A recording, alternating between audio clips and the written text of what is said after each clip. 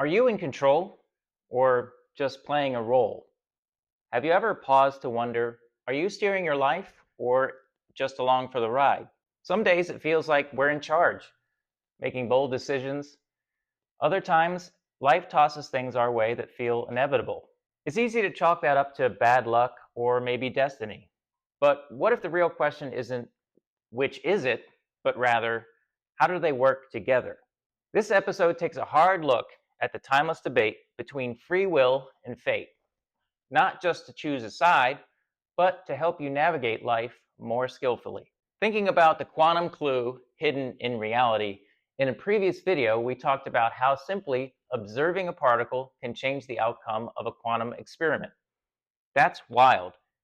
If observation collapses probability into reality, then your attention, and by extension your choices, matter more than you think. But that raises a deeper question. If reality responds to you, are you free to shape it? Or were you meant to all along? Today, we explore whether life is a story you're writing or one you're remembering.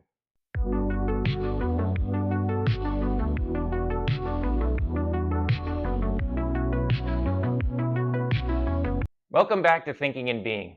If you like what you see today, please go ahead and like and subscribe, as this will enable you to see more content from myself and others just like this. And as I've said before, I'm going to make each video 1% better just for you. So why did I think of this topic? In my earlier video about the double slit experiment, we saw how observation itself shapes reality, almost like the universe waits to see what you'll do before deciding what happens. That idea alone cracks open one of the oldest questions in philosophy. Do we have free will, or is everything predetermined?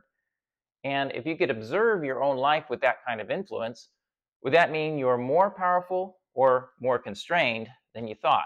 This video asks whether free will and destiny are in conflict, or if they're secretly on the same team.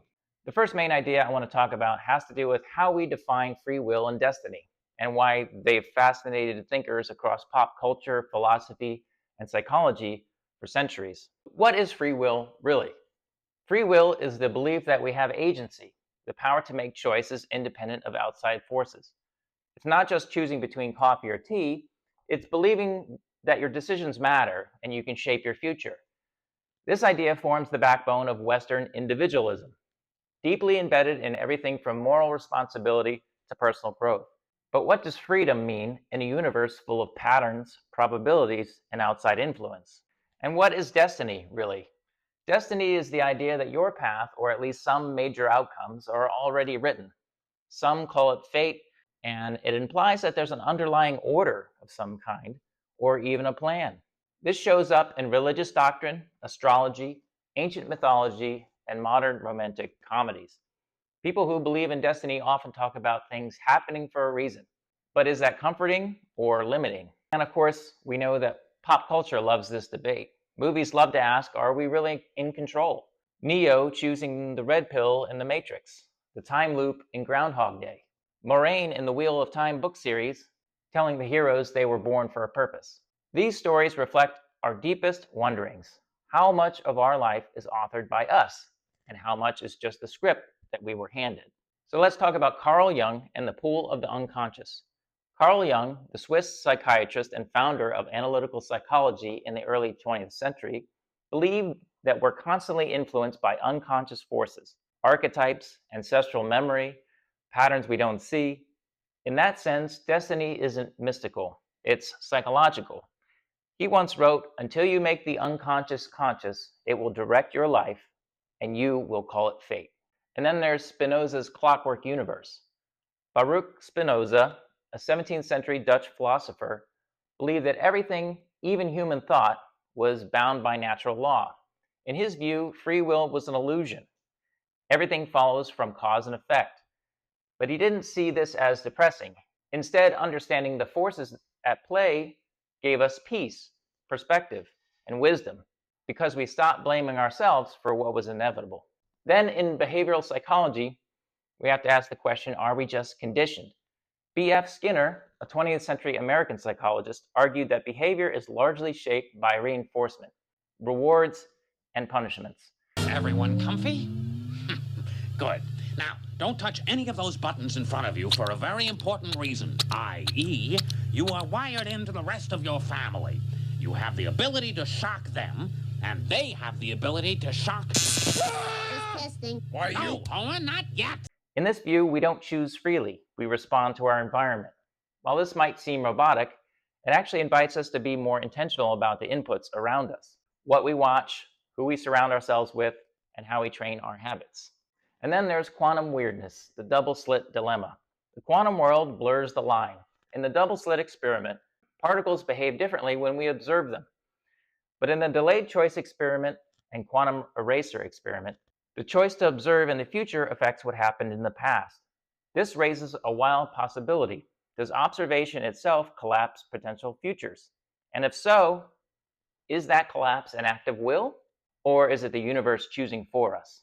And real quick, one of the things I do in my videos, as you probably know, is that I promote others' products.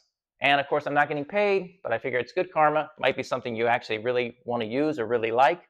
And it's great practice for when this channel gets monetized, which of course, we all know is going to happen. Today, I want to promote Amazing Grass Greens Blend Superfood. If you're like me and you find it hard to come across your daily recommended dose of veggies, then this helps a ton because it has all the nutrients you need from a serving of veggies. I think it tastes fine, but I also like to mix it with my chocolate protein powder, which goes quite well together. This blend of superfood has a lot of elements that are known for preventing disease, including things like cancer. Just ask this scientician. I highly recommend you give it a try and add greens to your everyday diet. I'll leave a link to this product in the description below so you can check them out. But for now, back to the video. The second main idea I want to talk about has to do with how we personally align with either free will or destiny, and what that says about the way we live, make choices, and interpret outcomes. How do we tell what you believe?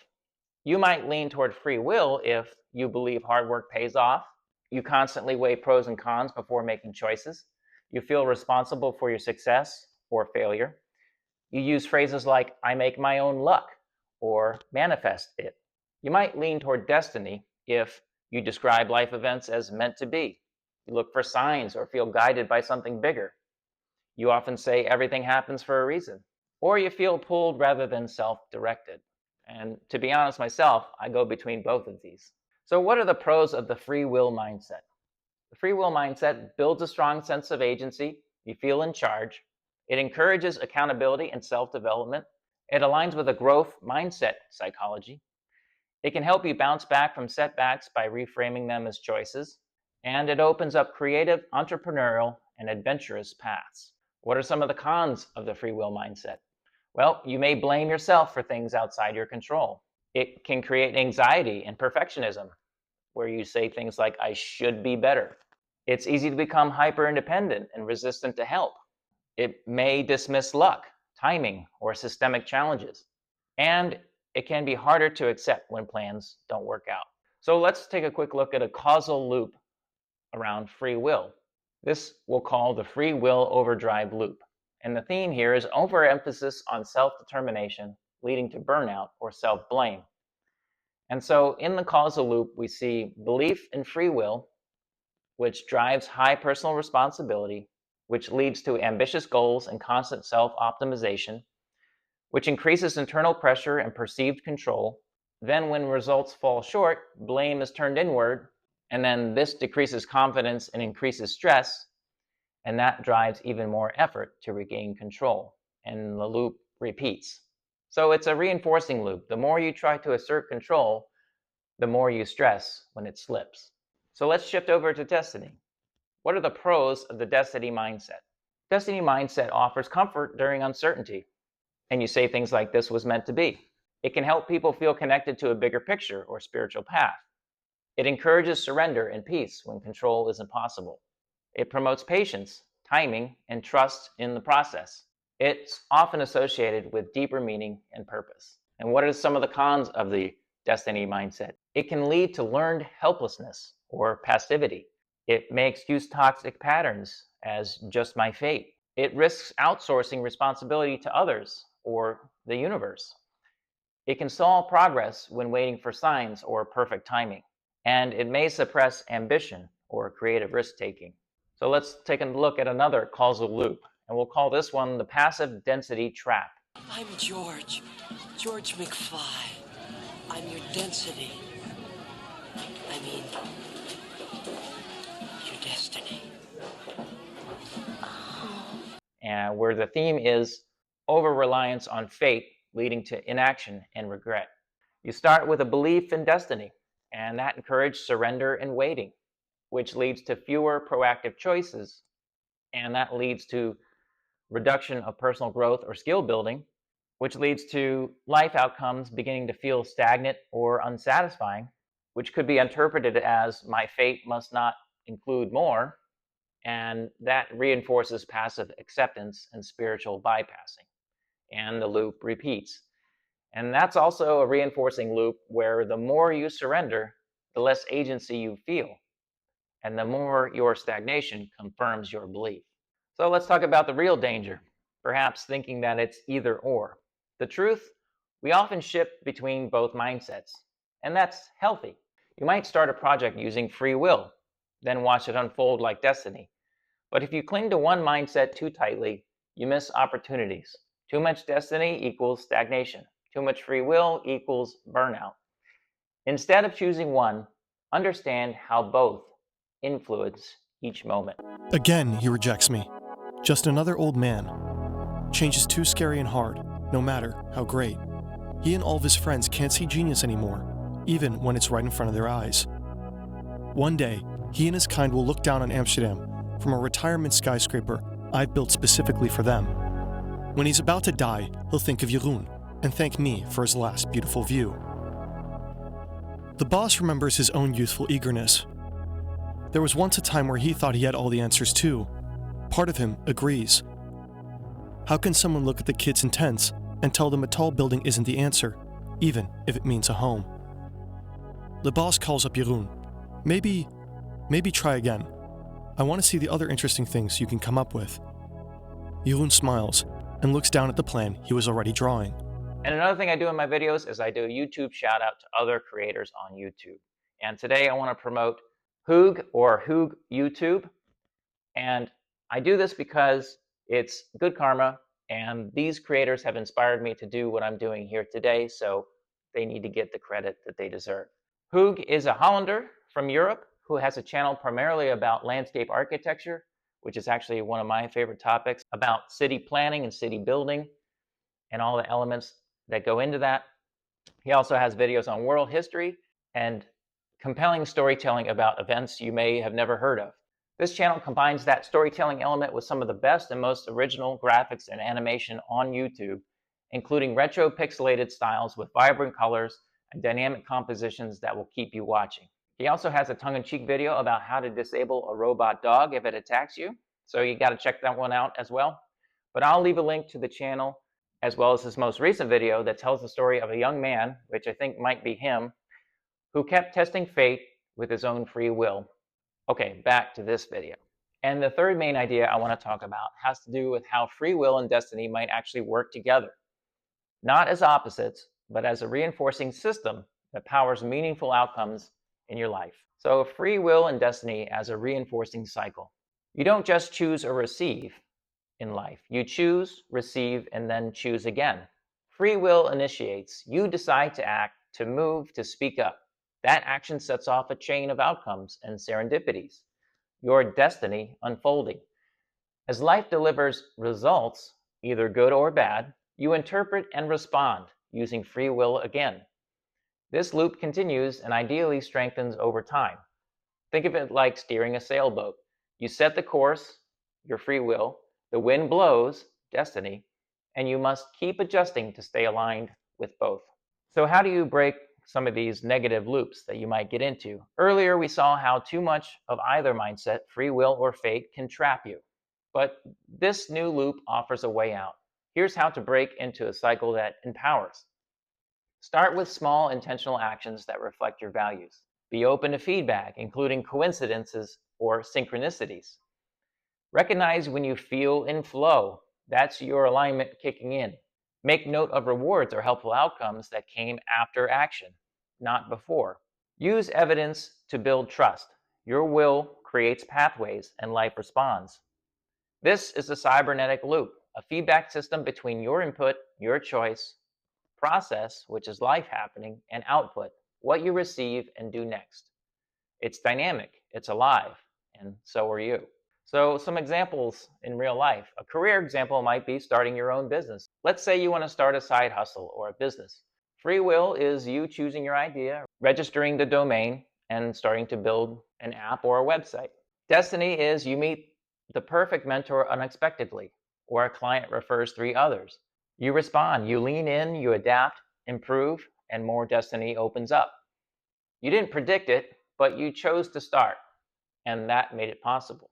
So, a pro tip here in this case would be to take micro actions that light you up, even if the outcome isn't clear yet. They tend to unlock new momentum. Here's a relationship example: finding your people. Feeling lonely, want deeper friendships, or even love? Free will could be you starting to show up more authentically. You join a new group or reach out. Destiny is you meet somebody who gets you. You vibe, align, and you connect. And then you respond, you nurture it, or maybe you let it go and meet someone better. Each connection isn't just fate, it's co-creation. So a pro tip here would be you don't need to control the outcome. You just need to be available when life responds to your openness. And then a health example: rewriting your body's future.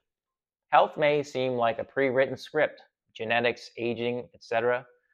But here, free will could mean you start walking daily, you start eating better, you sleep on time and for a healthy amount of time. Destiny is your energy improves. Your doctor says your labs are perfect. Then you respond. You realize you're not trapped by your past or your genetics. This then creates new beliefs that reinforce even more good actions. That's not luck, that's alignment made visible. So, what are some other pro tips for maximizing the free will destiny cycle? And to thrive in this, try this mindset combo: intentional action, free will, choose what matters and begin. Then, receptive awareness or destiny, stay tuned in to what's returning. Then, feedback integration, let what happens inform your next move. Then, emotional calibration, notice what feels on path. You'll know when you feel it, it's in your gut. That's your compass. And then, patience and repetition. The loop strengthens the more you go through it. And then over time, this cycle builds your reality. You're not just one big fate, but a constellation of meaningful events. How do you know when destiny is knocking? You feel it. It's a pull, a pattern, an inner whisper that says, try this, and then you must act. That's the deal. A job post shows up after months of feeling stuck. A stranger says something that answers your private question that you had in your own head. An old idea resurfaces and now feels possible. Your job is to recognize the nudge and respond with free will.